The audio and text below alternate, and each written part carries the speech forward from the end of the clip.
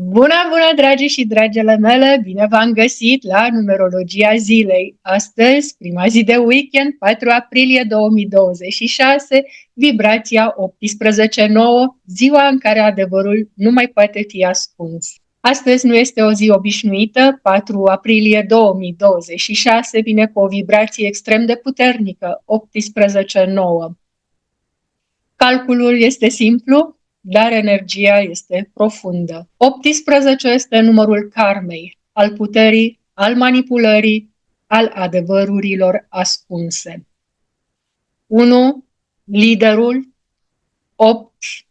Puterea brută, putere cu orice preț, fără gândire și fără empatie și iubire față de oameni, după cum am văzut în ultimele weekenduri, poate să ducă la catastrofe umanitare.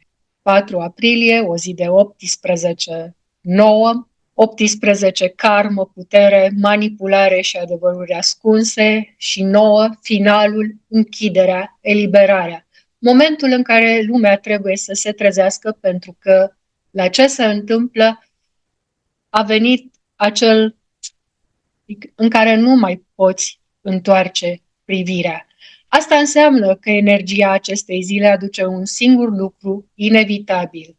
Adevărul, oricât ar fi de mascat, cosmetizat, ambalat, iese la suprafață, fie că vrem sau nu.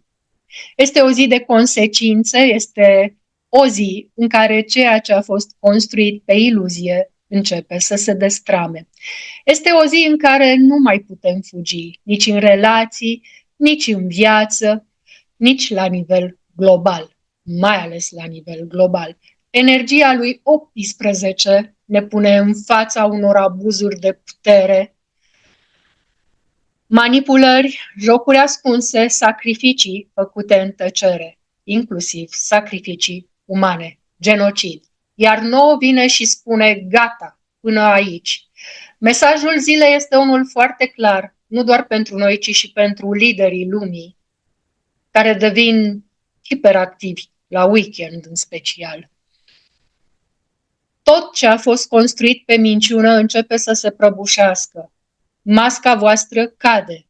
Vă vedem. Și această energie este amplificată extraordinar de puternic și de cardurile oracol care au venit astăzi.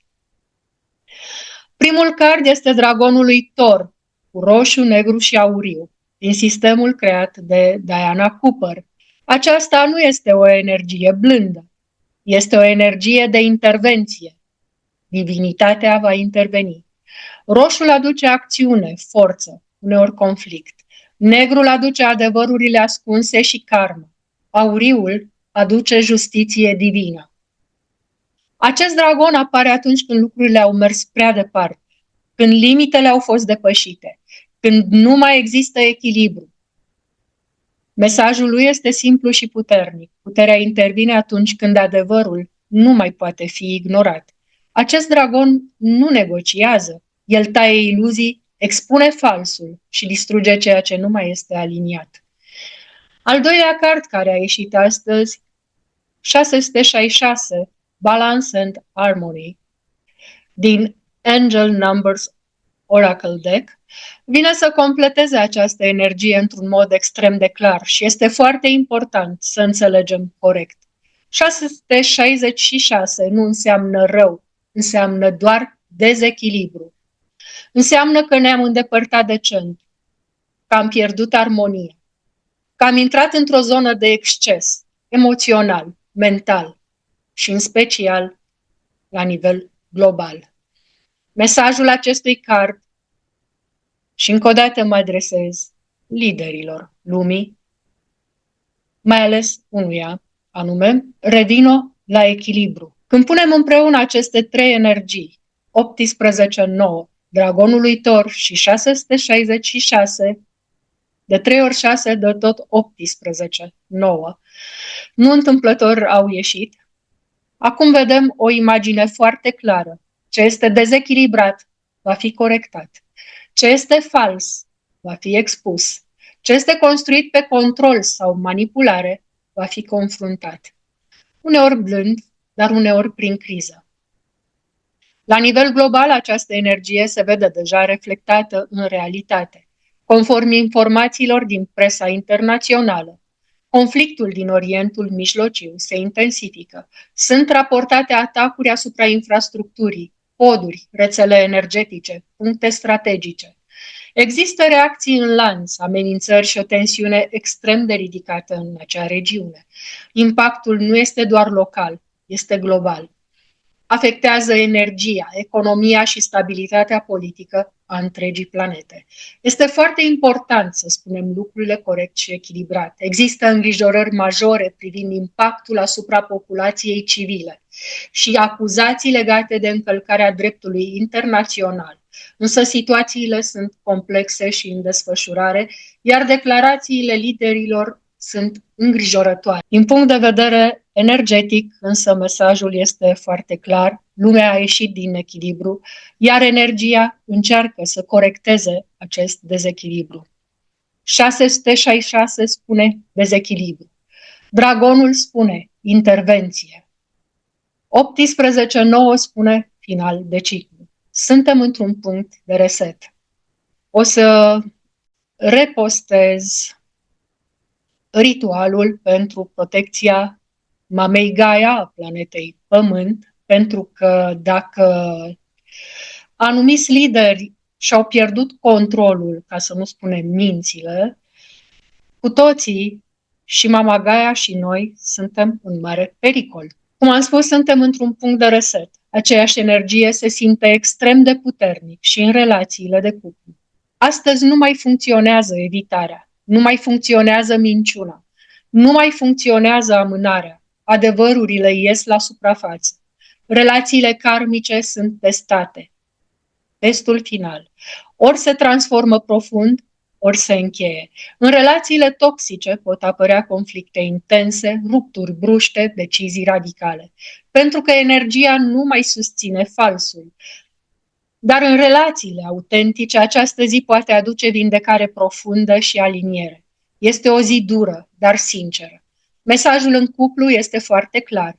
Nu mai negocia cu ceea ce îți rănește sufletul. Spune adevărul, dar spune-l cu inimă.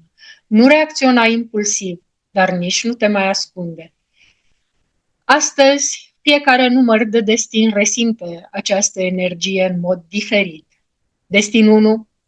Ești confruntat cu ego-ul și modul în care îți folosești puterea. Destinul 2 devine extrem de sensibil și poate trăi revelații emoționale puternice. Destinul 3 este chemat să spună adevărul, chiar dacă doare. Destinul 4, da, și 22 tot în 4 ajunge, trece prin restructurări majore, ceea ce nu este stabil se poate prăbuși. Destinul 5 trăiește schimbări bruște și ia niște decizii radicale.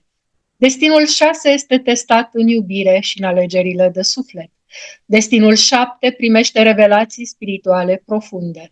Destinul 8 are lecții karmice legate de bani și control.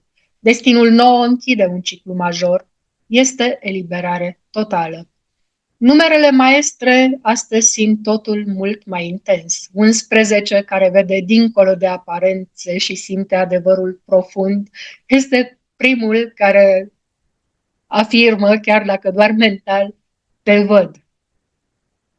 22 trăiește energie de reconstrucție sau colaps major, inclusiv la nivel global. Mare atenție, dragă Trump, mare atenție ce faci azi. 33 este chemat în compasiune și vindecare colectivă. Energetic, culorile acestei zile sunt foarte sugestive. Violet pentru transformare și transmutare. De asta am pus și cristalul și tricoul. Bun. Roz pentru vindecarea inimii și a relațiilor. Auriu pentru protecție divină și ghidare. Cristalele zilei, ametistul pentru protecție spirituală, cuarțul roz pentru echilibru emoțional, turmalina neagră pentru protecție energetică și labradoritul pentru adevăr și claritate. Frecvențele recomandate astăzi sunt 396 Hz pentru eliberare karmică, 417 Hz pentru schimbare, 741 Hz pentru adevăr și 963 Hz pentru conexiune divină. Simbolul zilei este cercul cu spirală, închiderea unui ciclu și începutul altuia. Și poate cel mai important mesaj al acestei zile nu este despre frică, ci despre conștientizare. Este despre a vedea clar, este despre a nu mai fugi, este despre a avea curajul să alegi adevărul. Pentru că energia acestei zile nu vine să pedepsească, ci vine cu forță să corecteze. Dacă ar fi să rămâi cu o singură idee, astăzi ceea ce nu este autentic nu mai poate rămâne în picioare. 4 aprilie 2026 nu este deloc o zi obișnuită. Este ziua în care adevărul iese la suprafață, în lume, în relații și în tine. Încearcă să eviți dezamăgirea pe cei în care ai crezut, în care ai investit energie, pasiune, da, mai ales în campaniile electorale, nu sunt ceea ce au vrut să pară. Iar a continua să le dai forță, energie și încredere te face complice, uneori la crimă. O zi frumoasă în continuare!